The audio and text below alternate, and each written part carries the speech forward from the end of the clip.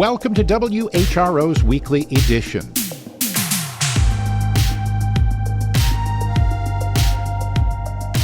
I'm Doug Boynton. In this week's program, low morale and staff shortages have plagued the Veterans Administration Hospital in Hampton. So, now for something completely different? Well, sort of.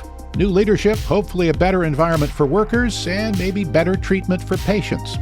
Back to school, WHRO's Barry Graham sat down with reading disability experts to talk about how Hampton Roads schools are tackling the issue.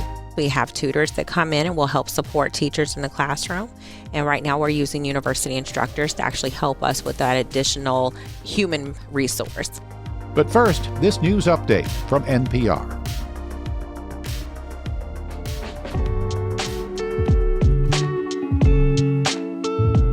It's WHRO's Weekly Edition. The 2024 Paris Olympics are over. 2 of the 4 Olympians with Hampton Roads ties returned to the States with gold medals. But why do the pictures always show the athletes biting them? WHRO's Michelle Hankerson reports. Hampton Roads track athletes took home gold for Team USA, and 16-year-old Quincy Wilson set a record while doing it. Wilson, who attended Great Bridge Middle School before moving to Maryland, was part of the men's 400-meter relay team that qualified for the event finals. Off we go. The 16-year-old Quincy Wilson is officially an Olympian. He went viral after the games for posting a picture on social media with his gold medal, lamenting he has to return to high school in Maryland in 2 weeks. While living in Virginia, Wilson trained under the father of fellow Chesapeake Olympian Grant Holloway. Holloway took home a gold medal in the men's 110-meter hurdle. He celebrated with a quick Instagram story shortly after the event. Officially, you're Olympic champion. Holloway graduated from Grassfield High School, where he ran track and played football. Virginia Beach's Justin Dowell competed in BMX freestyle, and Leah Krause, also from the beach, competed in field hockey. Michelle Hankerson, WHRO News. What a difference $1 million can make. The Virginia Peninsula Food Bank is planning to expand its cold storage capacity thanks to a big injection of federal money. WHRO's Nick McNamara reported the story. Virginia Peninsula Food Bank CEO Karen Joyner says the organization is looking to construct an upwards of 12,000 square foot building in Hampton, which will increase the amount of produce it can store and offer patrons. It'll save us the storage fees that we've been paying when we have excess meat or excess produce. It'll allow us to accept bigger truckloads of produce from the government. It'll also allow the food bank to turn away fewer donations of fresh produce, according to Joyner. Representative Bobby Scott presented the funds to Joyner at the food bank Wednesday. Joyner says there's no timeline on when the new building will be complete. She hopes the land sale is finalized by November. Nick McNamara, WHRO News. State Senator Bill Stanley is no stranger to a courtroom. He successfully fought Virginia's skill games ban, only to see it reinstated months later. That lawsuit continues, and as Virginia Public Media's Brad Kuttner found out, Stanley has put a target now on the state's anti-saloon laws. Current Virginia law requires restaurants to sell about as much food as they do booze, a nearly 50-50 ratio, in order to keep their liquor license. But the same rules don't apply to wineries, distilleries, breweries, and most recently, casinos. That's why Senator Bill Stanley is repping a Portsmouth area seafood spot in a lawsuit against the state's long-running anti-saloon law. You're picking winners and losers, and you're the government. You're creating exemptions for casinos because you like them better than the small restaurant owner. That does not make sense. The suit, filed in the city of Portsmouth Circuit Court, claims Virginia's Constitution doesn't allow laws to apply differently to similar entities. It's among the reasons fellow Republican Senator Bryce Reeves is rooting for Stanley's suit. Reeves has long been behind a legislative effort to roll back the state's food-to-alcohol ratio and got closer than expected during the 2024 session, only to have his effort die in committee. If it doesn't hurt the process and it helps people earn their income, I'm kind of all for it. But Matt Benka with the Virginia Restaurant Association says dropping the ratio and legalizing booze-only bars in the Commonwealth will do the kind of economic damage Reeves is worried about. Every single restaurant that has spent years and millions of dollars in investment will put them at a clear competitive disadvantage against the bars that will open up right next door to them. Benka said the fate of Virginia's ratio law should be decided by the legislature. As for Stanley, when asked what's next for his suit, he sent a single word via text: victory. In Richmond, I'm Brad Kuttner. Workers at the Hampton Veterans Administration Hospital hope that new leadership will turn around low morale and help fill staff shortages. Patients hope they'll get better care. WHRO military reporter Steve Walsh has the story. A report issued by the VA Inspector General's office this week showed the Hampton VA has 24 positions considered in severe shortage. The open slots range from a psychiatrist, an orthopedic surgeon, to an ER nurse. Morale remains low, says Sheila Elliott, president of the union, which covers the Hampton VA. The employees feel right now a lot of uncertainty about what's going on with respect to leadership. Then when you add on the problems that we're having getting staff on board, that's an issue. New leadership took over at the Hampton VA Monday after a series of damning reports from the VA Inspector General. Nationwide, VA hospitals report nearly 3,000 positions in critical shortage. National VA spokesman Terrence Hayes says the Hampton VA has a 15% vacancy rate, an improvement from 24% last year. Steve Walsh, WHRO News. The Department of Defense says it's launched a feedback system it hopes will improve transparency and accountability in privatized military housing. Active duty service members and their dependents can now submit public feedback related to the condition of their current housing unit and receive a response from their privatized landlord. DoD says it's hoping the public nature of the feedback will help get concerns addressed promptly. DoD also says the new system complements existing maintenance request processes and reflects a commitment to enhancing the quality of life for military families. That website, by the way, www.dfhs.mil. Doug Boynton, WHRO News. Still ahead on Weekly Edition, as the new school year approaches, Barry Graham talks with a pair of experts about reading disabilities, and Catherine Hafner reports on Virginia's first ever ocean plan. Stay with us, but first, Suffolk is growing fast. The council is considering updating zoning rules for historic neighborhoods, or as city ordinances call them, villages. WHRO's Nick McNamara reports that one city council member wants to make sure a historically black neighborhood is not left out.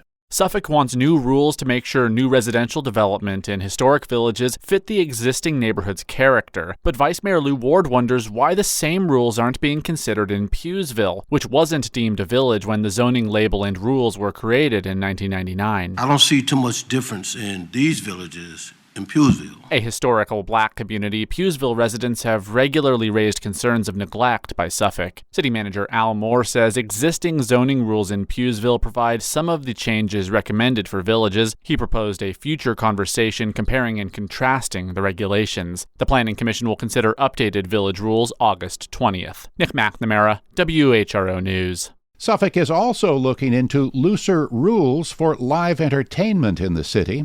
Nick McNamara covered that story as well. Under rules proposed by city staff, live indoor entertainment would be allowed in most parts of Suffolk without a special permit, at least until 10 p.m. Currently, any non-theater venue that wants to host live performances needs a nightclub permit, something city staff says doesn't always align with permit seekers' intentions. If approved, the new rules would open the door for restaurants to feature live trivia nights and musical performances by default. Outdoor and late-night entertainment would still require a permit. A hearing on the proposed rules is scheduled for August 20th before the Planning Commission. It returns to City Council for final consideration on September 18th. Nick McNamara, WHRO News. It is not an uncommon problem when sewage treatment plants are faced with heavy rainfall. This time it was Edenton, North Carolina. The city had to dump 33,000 gallons of untreated wastewater into 2 creeks following Tropical Storm Debbie. WHRO's Ryan Murphy reported the story. About 9,000 gallons of untreated wastewater went into Queen Anne Creek. The rest went into Filbert's Creek, the city says in a Facebook post. Both creeks feed into Edenton Bay. It happened on August 10th because of very heavy rainfall and flash flood conditions. Under North Carolina law, owners and operators of wastewater have to alert the public when an untreated wastewater discharge of 1,000 gallons or more reaches surface waters. Untreated wastewater can include pollutants or bacteria. Town officials say North Carolina's Department of Environmental Quality was notified and is reviewing the situation. Ryan Murphy, WHRO News.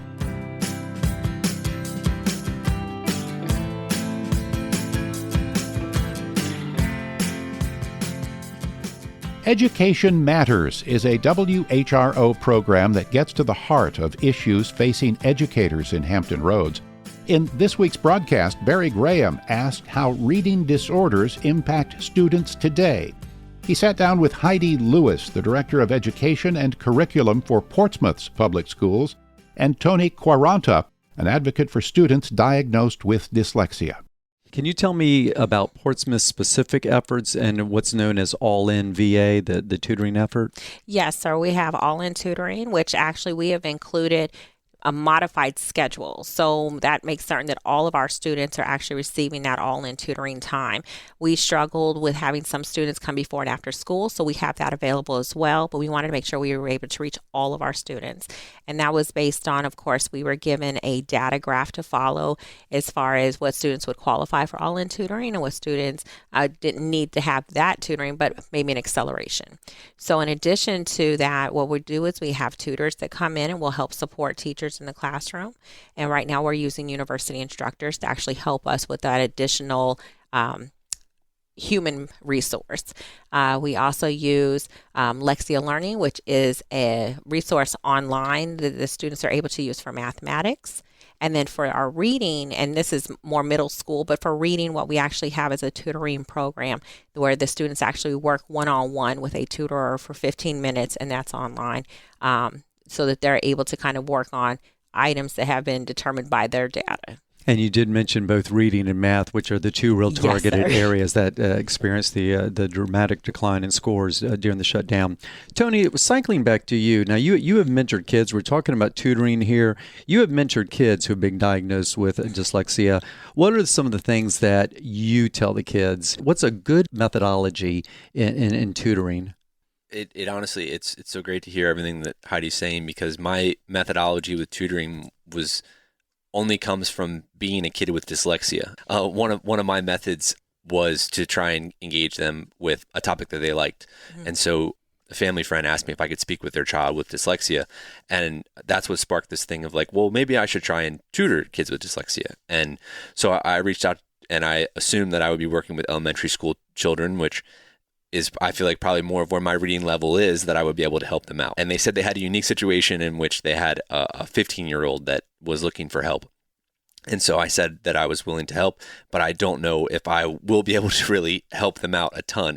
But in terms of reading, which wasn't completely true, but one of the strategies that I put into, or that we worked on, was doing something that he liked. So he had his schoolwork that he had to read through, which we would read through it, but to get him to do it, it was reading him out loud, and he really enjoyed sports. So we would read a lot of sports articles out loud. And that was something that worked because he was engaged. He wanted to know more about his team or the sport or whatever it was. And I think, too, one of the things that was difficult for me in school was that there was a test, or there was a, whatever it was afterwards, that you had to try and comprehend everything and then answer a question about it that might or might not be something that you pull out of it, or whatever it is. And so I think for him, it was the relaxation of reading something that was for enjoyment. And at the end of it, I was not going to ask him, well, like, how many stats did somebody have, or something like that. It was just strictly for him to hear himself reading and for practice. So I think that's probably the biggest strategy that I implemented. Heidi, tell me, if you could, what will Portsmouth be zeroing in on this school year?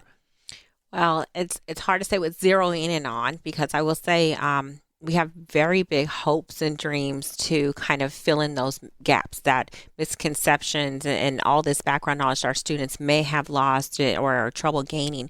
So we are focusing, of course, on reading, but encompassing writing.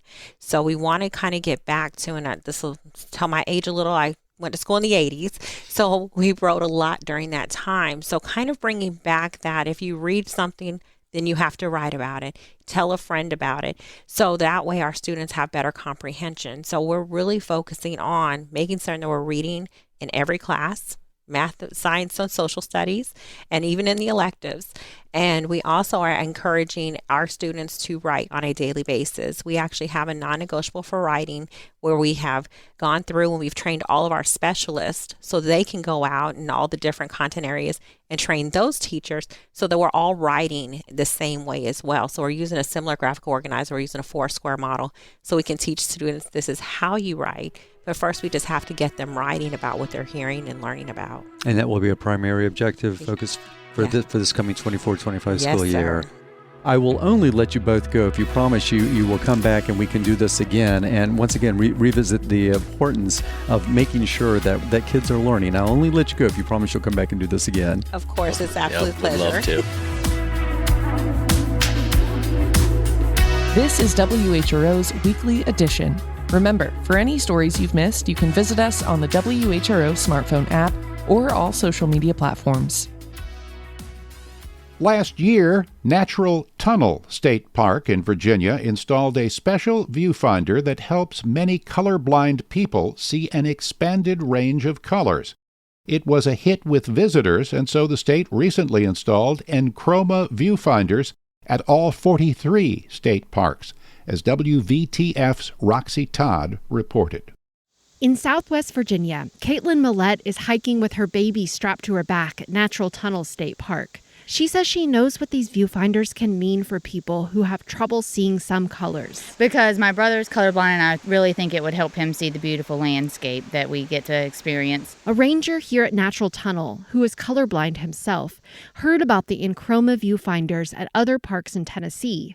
Ethan Howe installed one at this park and has been able to see purples and other colors for the first time. He recalls when a father and son who were colorblind came to the park to use the viewfinder. They were just so giddy and excited about it. Melissa Baker, director of Virginia State Parks, met another group of visitors who are colorblind as they looked through a viewfinder. One of the gentlemen said, "Y'all see this all the time?" It was really meaningful to be part of that, being part of them seeing that richness of color for the first time. Baker says even people who aren't colorblind can see more contrasts and vivid colors when they look through the viewfinders. The lenses work for 8 out of 10 people who are colorblind. Virginia is the first in the country to install them at every state park. In Scott County, I'm Roxy Todd. We may not be able to manage the ocean, but we can manage how we deal with the ocean. Catherine Hafner reported the story on how state officials are working to develop Virginia's first ever ocean plan. Ryan Green with Virginia's Coastal Zone Management Program says the state has a rich relationship with the Atlantic Ocean. We've got one of the deepest ports on the East Coast, I think the deepest, the largest naval base. Our seafood industry is among the most robust on the East Coast, and the largest offshore wind farm in the U.S. And all of those demands on the ocean will only increase. That's why the state wants to develop a plan for managing it, Green says, sort of like city plans that guide decisions on land use. If we can do that, then all of these uses can coexist, and then crucially can coexist with the critical marine habitat. They expect to finish the ocean plan next year, including policy suggestions. Catherine Hafner, WHRO News.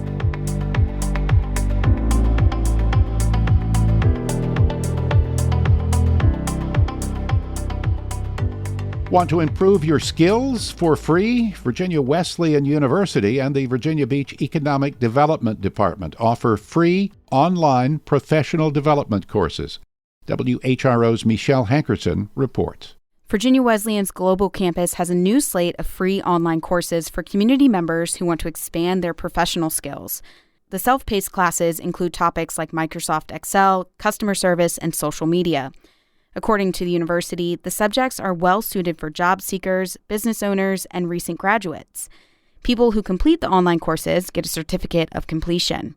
Virginia Wesleyan started offering free online professional development courses during the pandemic.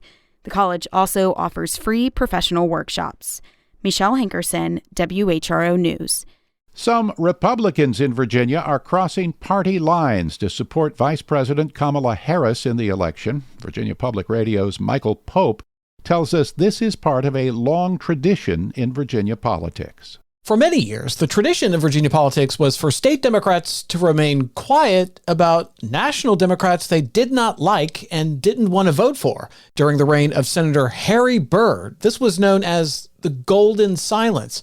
And John Milliken at George Mason University says it worked. He would just not say anything about the presidential race. But most of his followers took that as a sign that they could comfortably vote for a Republican at the national level and not suffer any repercussion for doing that.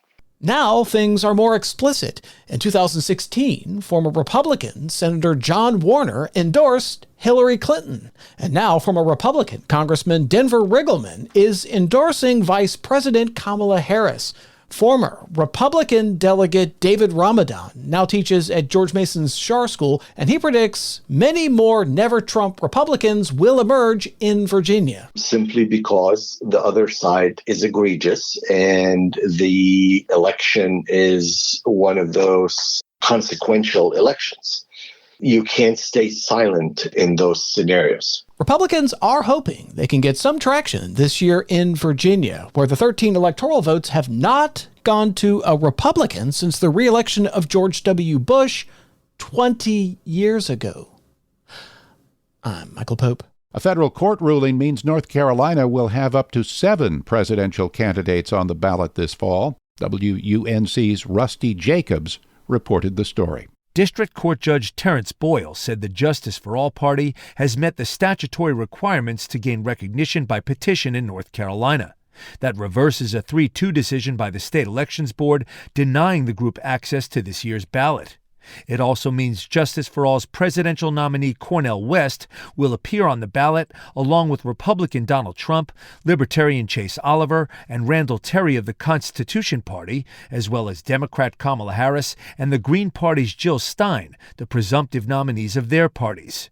We the People's Robert F. Kennedy Jr. will also be on the ballot after a state Superior Court judge on Monday dismissed the North Carolina Democratic Party's lawsuit questioning the legitimacy of We the People's petition drive. I'm Rusty Jacobs. As passenger traffic continues to decline, the state is investing money to help Newport News Williamsburg International Airport pivot to more industrial uses. WHRO's Ryan Murphy has the story. The Virginia Economic Development Partnership approved a site development grant of more than $327,000 for the Air Commerce Park at the airport. Newport News Mayor Phil Jones calls the grant a game changer, setting the stage for future growth and investment. A study on regional air travel released earlier this year recommended the Peninsula Airport shift its focus away from commercial air service and toward different niches of the air industry. The airport went from serving more than 1 million passengers in 2012 to just 150,000 last year. Other airports around the state have posted record numbers of travelers in recent months. Ryan Murphy, WHRO News.